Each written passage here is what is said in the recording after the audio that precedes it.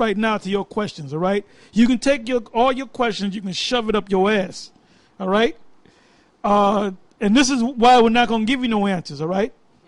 It says, give not that which is holy unto dogs, neither cast ye your pearls before swine, lest they trample them under their feet and turn again and rend you. And that's exactly what you did, man.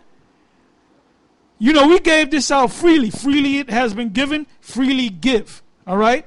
And what you did, you got all into it. You studied the lessons. You said out of your own mouth, and it's on video, that the GMS, the elders of GMS, they're more thorough than the other camps. You were talking about them other, Nate and Johanna and all them guys in the GOCC. They're like the Church of Berea and all that, and they're thorough, and they get down to the bottom of things and all that. But now all of a sudden, we're the worst guys. You see how a demon operates, man?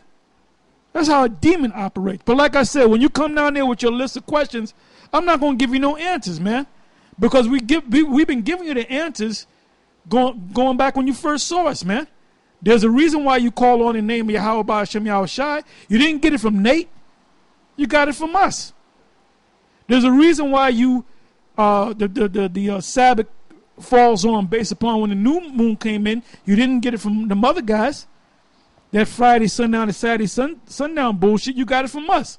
But now all of a sudden, we going off.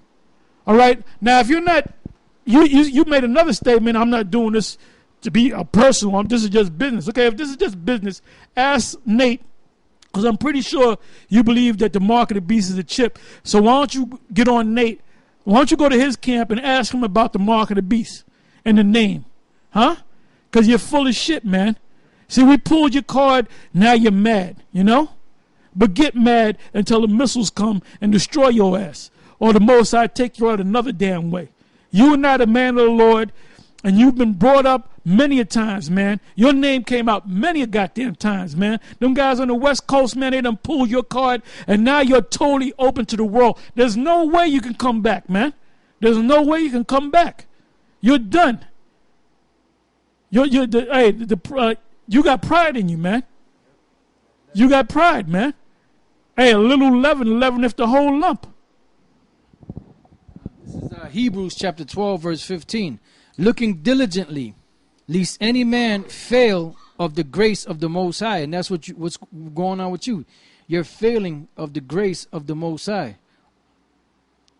And fall, either fail, fail of the grace of the Most High. And the precept says, as seemed good or meet to them. I'm sorry, that's number 4. Or fall from.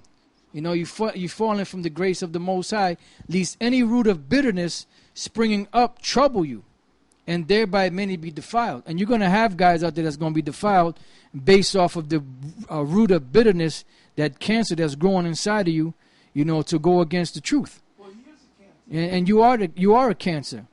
You know, and many of them guys that's out there, they're gonna be deceived by you, you know, cause you're a snake, man. You know, you get up there and you start talking your snake ways, and then you'll start, the way you speak is like double tongue, you know. And I'm listening to this guy saying, this dude's a real demon, man. He's speaking like a damn serpent.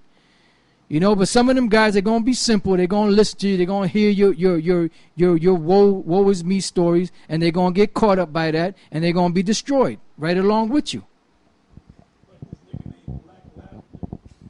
I'm serious, man. Black Lavender, man. Hey, he said, I'm with you, man. Don't let them guys get you down. I'm with you, Sakari. I'm looking at the dude. I said, I don't want no guy named Black Lavender bigging me up. Yeah, well, that might be his dad. Black Lavender. I mean, I don't know if it is. I'm just saying. Hold it to my mouth. Now, this right here, right? Now, this is going to show you. Now, was Paul a man of the Most High? You're going to say Paul went off. Huh? Paul was a man of the Most High, okay? The Most High dealt directly with, or Yahweh Shai dealt directly with Paul, and even showed Paul things that he didn't even show Peter, man, because Peter even spoke on behalf of him. Now, don't go around thinking that you Paul. Maybe you think you Paul, man. Well, if you are Paul, you're supposed to show in your head, man. All right? It says, all right, yeah. Acts 18 and 21. But bade, this is Paul, but bade them farewell, saying, I must by all means keep this feast. The feast he was talking about was the Passover in Jerusalem, that cometh in Jerusalem. But I will return again unto you, if the Most High will. And he sailed from Ephesus, and he eventually went to Jerusalem. Now that shows you right there, he went to the Passover, right? They didn't go to the Passover. Not all Israel went to the Passover. Some of them stayed and had their Passover where they were at. But he was a key man. He was a pillar among, among the saints. So it was his obligation to be at that Passover, man. See, that's why this Passover coming up, if we're still here, we're not going to have no Passover where guys are going to be coming. They're going to have their own Passover. And even in the New York camp, they're going to be broken up into maybe 3 or 4 different Passovers, man. And we might appoint certain men to go to other guys, them guys that came to officiate the Passover. But by then, we're going to teach them other brothers that came last year how to do the Passover so they can do their own Passover, man. Okay? Now it says, hope I didn't lose it. Okay. I just went from Acts 18 and 21, right? And it's in the same chapter, but it's in the 18th verse. It says, and Paul, this is him preparing for the Passover, right? Because Paul had the vow of the Nazarite.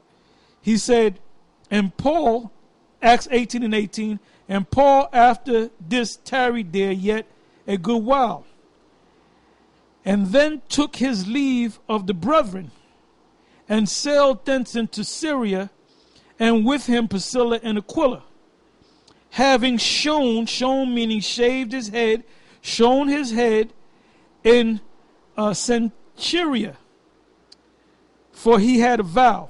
What was that vow? How do you break the vow of a Nazarene? You shave your hairs off, man. Eyebrows, beard. He was totally smooth-faced, bald-headed, smooth-face. So he had to prepare for the Passover. So when he went to the Passover, what happened? He started to grow a little bit of a 5 o'clock shadow, and he started to grow his hairs back. But however long he was on that vow, Nazarite vow, his beard kind of grew out, his hair kind of grew out. He didn't drink no wine, didn't eat no grapes or nothing like that, dried grapes. He didn't go before a dead body and so forth. And then when he was getting ready for that Passover, what did he do? Just like the scripture said. He shaved himself to get ready for that Passover. So, Sikari, what makes you so special? And this guy going to bring out a scripture, and it was at Numbers, trying to justify it. That scripture didn't justify that, man. When you keep a Passover and you under a particular vow, you got to break that vow to keep that Passover. And the vow of a Nazarite, see, Samson was a special case because the angel told his father Manoah and his mother that your baby's going to be a Nazarite. The baby that's going to be born to you is going to be a Nazarite until the day he dies, man. And he broke the vow of a Nazarite by telling that Hamite woman, man. He didn't cut the hair off. He told the woman, man. And she cut his hair off, and guess what? The Most High turned his back on him, man. But then the Most High restored his strength back to him, man. Why? Because he repented. So you don't know what you're getting into, boy. You don't know what the hell you're getting into. Okay? Like I said, man, you're not going no goddamn where. You're not going no goddamn where but down, man. The Most High is going to destroy you, man. You're just a fly-by-nighter. You came along, you thought you was a man of the Lord, but now you're being found out that you're nothing but a goddamn demon, man. Now this is coming from a man that's been in this thing for over 30 years. Well, what does that supposed to mean? What does that? That means a whole hell of a lot, man, when you're into something, man. If you go to a mechanic, right? Guy opened up a mechanic shop. He opened up a year ago, And I said, how much mechanic training you got? Well, I just got my diploma a year ago. Next door is a guy that's been doing mechanic work for 30 years. Which guy are you going to go to? You're going to go to the guy with the 30 years, right? Why? Because of experience, man. Okay? That's it. You got something, brother? Yeah, I'd like to add a scripture to what Elder Tar just said, Elder Apostle Tar just said. This is Hebrews, the 5th chapter, beginning at